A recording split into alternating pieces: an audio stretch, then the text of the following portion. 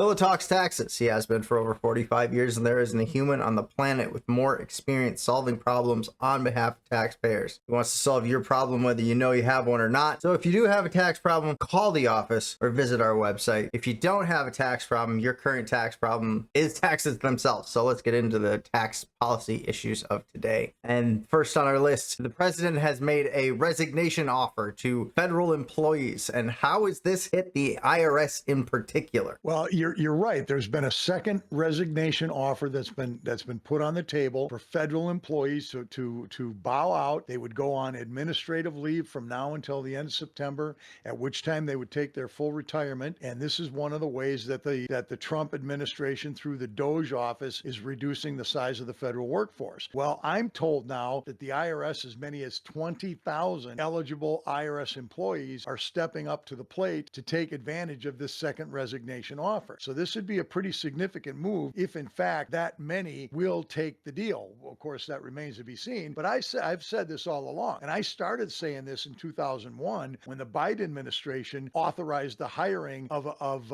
80,000 additional IRS employees over 10 years. Everybody was in a panic about how that would affect the IRS. And I pointed out then, and I continue to argue, that so much of the IRS's workforce, probably much of the federal workforce, is eligible to retire anyway. And so these hiring of new workers going forward is really only keeping the IRS at a level playing. So you're saying that about 20,000 of those workers that are stepping up to the plate for this resignation offer, are those the people that are going to be bowing out, retiring, taking their packages over the next few years anyways? Yeah, that's exactly right. These are people that are eligible for retirement anyway. And just to put numbers on this so you can see where we're at with current staff levels, the IRS is at right now at about 100,000 employees. Right now, that's not the high watermark for the IRS, but it's a pretty good number of employees. But that does make for a significant chunk of their workforce. Oh yeah, that's 20% of the workforce. If in fact those 20,000 people take that retirement plan, that's certainly true, no doubt about that. But let's have perspective here now, okay? When the Biden administration passed Inflation Reduction Act that authorized the hiring of these 80,000 IRS employees over that 10-year period of time, their staff at that point in time was about 85,000 workers, okay? So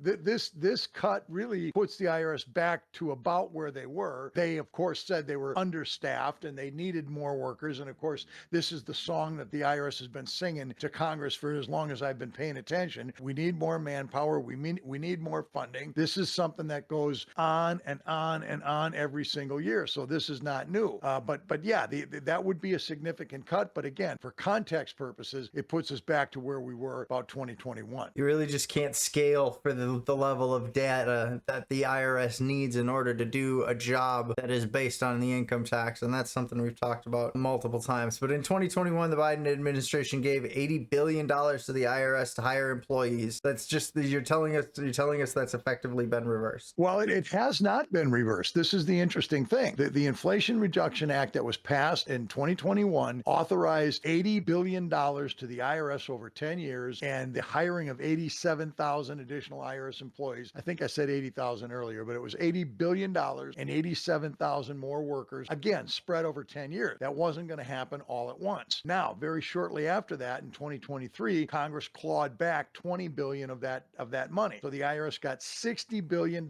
in supplemental funding. All right, that has not been reversed. The funding has not been reversed. It is specifically the buyout of IRS employees that's going on right now that's putting the agency in a position where their workforce is being cut. So they still have the money and they're still focusing that money, technology improvements. This is one of the main things that the IRS focused on when it issued its strategic plan after Congress granted that $80 billion in funding. They went back to the drawing board. In fact, Congress mandated that they go back to the drawing board at that time and build out a very specific plan for exactly how they're going to deal with that additional funding. And of course, one of the things was hire more workers. Naturally, that's always on the list. But the other thing that was prominent on the list was technology upgrades. The IRS continues to tell us, Josh, that they are operating with 1960s era technology. And the fact of the matter is there may be, there is some old technology in the Internal Revenue Service, no doubt about that. Some of its master file systems are still running on old systems, and that's true. But the fact of the matter is that the IRS has spent tens of billions of dollars over the last 35 years to upgrade its technology, and it has in fact upgraded its technology significantly. Just for example, in 2025, now that we're coming to the end of our tax filing season here, there will be roughly 165 million individual income tax returns filed with the IRS. About 85% of those tax returns are going to be filed electronically. All right, so there's no such thing as 1960s technology that allowed for the filing of electronic tax returns at that time. Not only that, there weren't even computer programs that prepared tax returns for individuals at that time. So now here in 2025, a person can subscribe to electronic software. It's a software package. There's all kinds of companies out there that produce tax preparation software packages. A person can subscribe to that software package for a relatively small amount of money, prepare their tax return on their home computer, get everything laid out on the computer, hit the submit button, and file that tax return electronically with the IRS from their own desk or their kitchen table in their house. Professional tax return preparers for years have been required to file tax returns electronically if they prepare more than 10 tax returns a year for hire. And so here in this office, we do about a 90 to 120 tax returns every year, depending on the situation. We file all of those returns electronically directly with the IRS. And so this is a situation that is only achieved through modern technology, right? And so there's no question that the IRS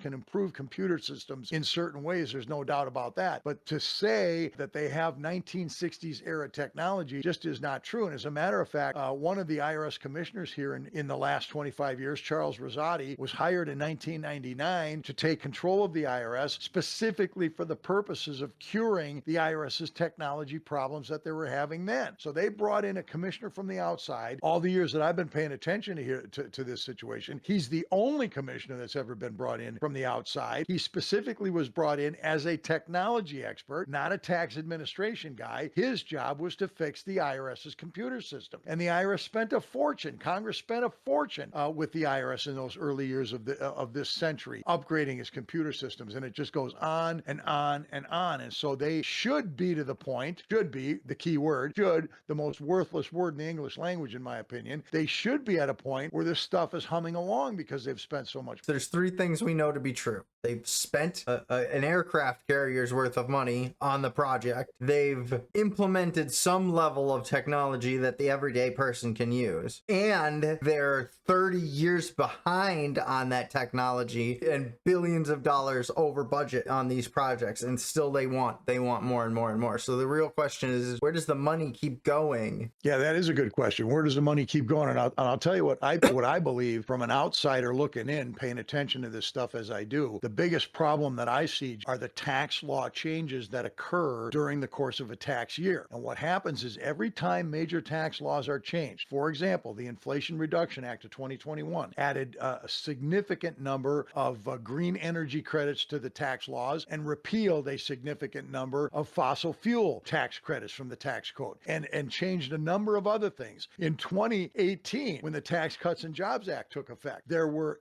about 67 different provisions of the tax code that were changed. Well, the Tax Cuts and Jobs Act is set to expire at the end of this year. So Congress has to do something to renew those or amend the changes in some way or write an entirely different tax code around those various provisions, which of course they're working on doing. My point is this, Josh, every single year that goes by, Congress makes substantial changes to the tax code, and those changes have to be coded into the computer system in order to facilitate this electronic filing and processing that I was talking about. So the IRS has got budgeted, X billion dollars for computer upgrades and so on. Most of that money is burned up in reprogramming the computers that has to happen during the course of the tax year in order to be ready for next tax. It's a hidden welfare system for coders and programmers because every single time that they stir the pot, they have to do some patch level nonsense in order to fix it. And of course, whenever you contract the government for anything, you're going to get every dime that you can get out of them. They refuse to move to a retail sales tax because it would eliminate government contractor relationships and a lot of people would be out of money, and they can't have that. Well, they certainly don't want government workers to be out of work. There's no doubt about that. Now, you mentioned the private contractors. There's a lot going on with private contractors. That's true, and the IRS spends a fortune on outside contractors to come in and do these types of things. But they've got a massive IT staff in the Internal Revenue Service Well, that sure, but works even on employees of the government themselves make a doubt. salary that is inflated for the market. We'll just put it that way. That certainly may be true. I haven't compared the cost of an IRS IT employee versus a private sector IT employee. I don't know what that comparison looks like. I know this, that the IRS had made strides, and as a matter of fact, this is one of the things they talked about in their strategic plan that was issued in the summer of 2021 to get ready for this $80 billion worth of spending. Is we've got to make our salaries and our benefits more commensurate with those that are offered in the private sector, so that we can draw their phrase best and the brightest into the government to work for the government. The problem is the Internal Revenue Service is one of the least attractive government agencies that people want to work for. Now, that's certainly true when it comes to tax collection and enforcement personnel. I don't know if that's true with respect to IT personnel. If it's tougher working for the Internal Revenue Service in IT than it is working for some hospital or some university or something else out there in the private sector in IT. I don't know what that comparison looks like. But the fact of the matter is, Josh, they burn up billions of dollars and hundreds of thousands of man hours every single year reprogramming, recoding their computers just to accommodate the changes in the tax code that Congress deals with, that Congress passes down the pike. And just to put this in a little bit better perspective, there have been 6,000 changes to the Internal Revenue Code just since the year 2001 alone. All right, so this is a massive undertaking every single year, year after year after year, and there's never any break. The programmers never get any breaks, and so this is why they're burning up so much money. Outside of the government perspective, looking at how software development goes, that when you force your developers to keep renewing and keep creating new stuff, they never have time to make anything actually better. They're just scraping along at this by the seat of their pants. Yeah, and they're just simply maintaining the status quo. Yep. That's exactly right. Now, to their benefit, the IRS has got a pretty good website. There have been a lot of changes in the last couple of years to the IRS's website, so we're seeing some of the IT money manifested there. For example, a person can go on the IRS's website and make payments directly to their account. You don't have to send a check to the IRS. You don't have to use a credit card. You don't have to use a debit card. So there are no fees involved whatsoever. You put in your privacy information. You pass through the privacy hoops that are built into the website. You put in your banking information, and bing, bang, boom, you got your payment right there, and it's instantaneous, and it's going directly to the account that you want it to go to. That's a good thing. The other thing that the IRS has developed over the last 5 years or so is the ability to see your account online in real time. All right. In the old days, it would just take forever to get transcript information from the IRS to see where the account was. Now we can get that information instantly online. Once as a tax professional, once my power of attorney is in place on behalf of a client, I can get access to their accounts immediately, and an individual can set up their own account using the IRS's security protocol that's on their system, and you can get instant access to your account online without the need of a tax professional to step in and help. So you can see what the tax assessments are, what payments you made, if the IRS has added interest and penalties to your bill, all of these, what notices they've sent out. I know they sent me a bill, but I'm not sure, or I know they sent me a notice, but I'm not sure what it was. Well, you can go online and get a copy of the notice, right? So all of that stuff has been created here in the last couple of years, and so we're seeing some of the money manifested there, but most of the money is burned up in these in reprogramming for tax law changes. I mean, PayPal was sending money in 2007, so it's really you'd really think they'd be able to figure this out a little quicker. So the point is yes, they're getting there, and also yes, they're getting there very slowly. But it's interesting. Go ahead. Speaking of IRS efficiency, the IRS is about to get its fourth head of office, I guess. Head of Yeah, it's called commissioner. Commissioner. IRS is about to get its fourth commissioner since January. The current acting commissioner, Melanie Krause, said she's quitting. Why is she quitting? Well, she's quitting over the flap that was created by the IRS, by the immigration people, ICE, using IRS to help them enforce immigration laws. All right, she didn't want to have anything to do. We thought that was a joke at first. Say again? We thought that was a joke, sending IRS to the border. We thought that was a joke, but she's quitting over that for real. Well, we talked about that the IRS was going to be used by the Department of Homeland Security in connection with enforcement of the border and with finding illegal aliens in the United States and working with the authorities to import them. Well, Melanie Cruz didn't want anything to do with that, right? She believed that was a misuse of IRS resources, which is interesting because the Internal Revenue Code requires confidentiality with respect to taxpayer information, right? So the IRS is not allowed to disclose an individual's tax return or return information to any unauthorized individual. However, the Internal Revenue Code section that provides for that privacy has a laundry list, Josh, and I mean a list as long as your arm of the exceptions to that rule. And one of the exceptions to the rule is that tax information can be disclosed to other agencies of government for their law enforcement purposes. So it's completely within the realm of legality for the IRS to be disclosing information to other enforcement arms of the federal government to enforce our immigration. That long arm list can be summed up as the long arm of the law for crime. But it's crime. That's what they're looking for all the time. Well, it's not just crime; it's civil or criminal. All right. So, and it's not just federal government agencies, Josh. It's federal, state, local, and international government agencies. So the IRS has the authority to disclose this information to government agencies for use in law enforcement, whether it's civil or criminal. All right. So there was nothing illegal about the Department of Homeland Security using IRS resources to enforce the immigration laws. There was nothing illegal about that. But Melanie Cruz, whatever her ideology is, I don't know. I haven't looked into it. I don't care. But she did not like that idea. And there was a flap over that. And she pushed back. And obviously that didn't do her any good. So she is stepping down. So that's why she's gone. So what happened to Billy? What happened to the other?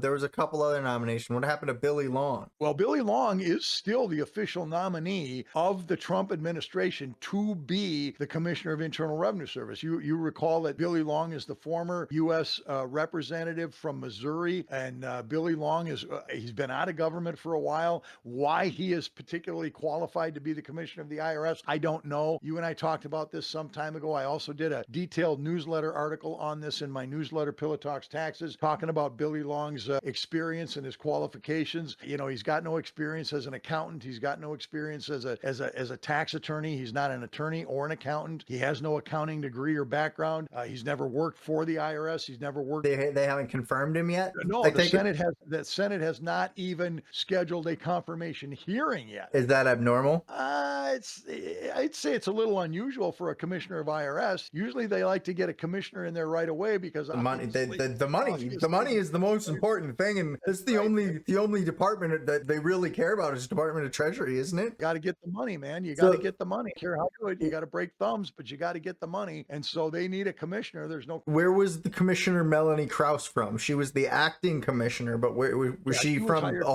Was she a Biden pick from? Well, no. She was acting commissioner. She took it. She stepped up in the interim there when Danny Werfel was decided that he was going to quit, and so Melanie Krause came from within the Internal Revenue Service. Now, exactly where in the IRS she was from, I don't know that. I have not studied her background, but she came. But she was a bureaucrat that stepped up. Is the answer? She was a bureaucrat tax collector. Yes. So is that who's going to take her place then? Is some bureaucrat tax collector? The guy they have now that is the acting commissioner is a guy named Gary Shapley. All right, so he has stepped up in place of Melanie Cruz to take the role of acting commissioner. Shapley comes from within the Internal Revenue Service as well. The answer is yes, another bureaucrat. Or am I supposed to have heard this guy's name before? The guy came to some prominence here a while back when he testified as a whistleblower. Right, he testified as a whistleblower to the Senate Finance Committee over the Hunter Biden criminal investigation. You'll recall that Hunter Biden was under investigation for tax fraud. He was under investigation for money laundering. He was under criminal investigation for the gun crimes that he was eventually charged with. His tax situation was swept under the table during the Biden administration, and Shapley was one of the special agents that was involved in the criminal investigation of Hunter Biden. He stepped up and he was testifying before the Senate Finance Committee about how the administration put pressure on the IRS in general, and then, of course, the Criminal Investigation Division in particular, to sweep the Hunter Biden thing under the table. So that's where the Shapley name comes from. So Shapley comes highly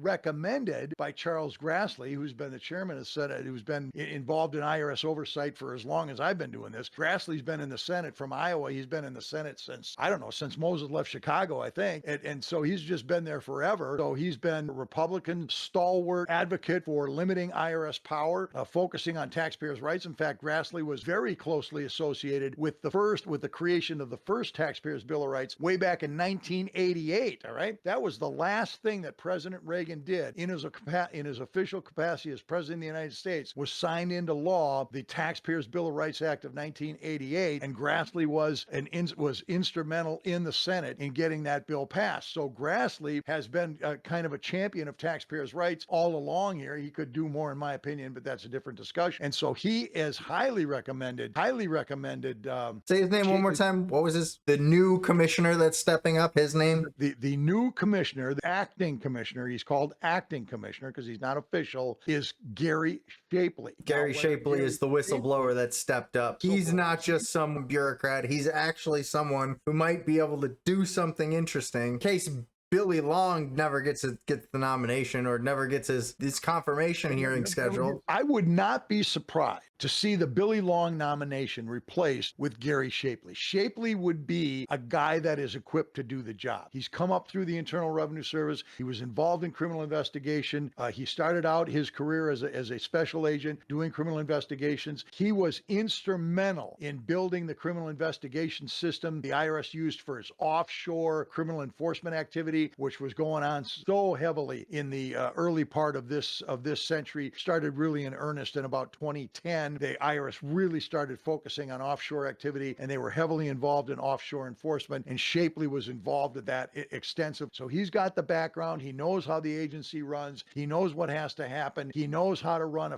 appears to me that he knows how to run a fair criminal investigation, and could smell a rat when one was present, namely the Biden administration trying to put its thumb on the scale. And has the courage to say something about it too. Yeah, and he did, and he said something about it. He stepped up and he said something about it. And as a matter of fact, Hunter Biden sued him and a number of the other whistleblowers that were involved, arguing that Shapley violated Hunter Biden's privacy rights by talking about the investigation to the Senate. Now, whether in fact he's got a case, I don't know that. I haven't looked at exactly what's going on, but Hunter Biden has got the guy sued. So, we got that. When you sue someone for violating your privacy, and the violation of the privacy is about a case, aren't all you doing just admitting that you have something to hide with that agency? I don't know if I would jump to that conclusion, but I would say this, as I said a minute ago, the disclosure law allows disclosure to agencies of government, including committees of Congress, for purposes of tax law enforcement. So I'm not sure exactly where that goes with Biden. It's not a crime if your dad's the president. So go ahead and run for president for us. And I think that'll be all for this week. So thanks for watching, taxpayers. And remember, there's no such thing as a hopeless tax case. And if you think yours is the exception, call the office or visit our website to get a hold of Dan here. He can help you see the daylight. Dan, tell them where else they can follow along with your taxpayers' rights crusade. Follow me at Pillow Talks Taxes. I'm primarily on TikTok, Facebook, Truth Social, and right here on YouTube. Make sure you subscribe to these videos, like and share these videos, especially with your federal and state representatives. And if you have a tax problem, go to my website, TaxHelpOnline.com. You will get the help you need to solve your tax problem.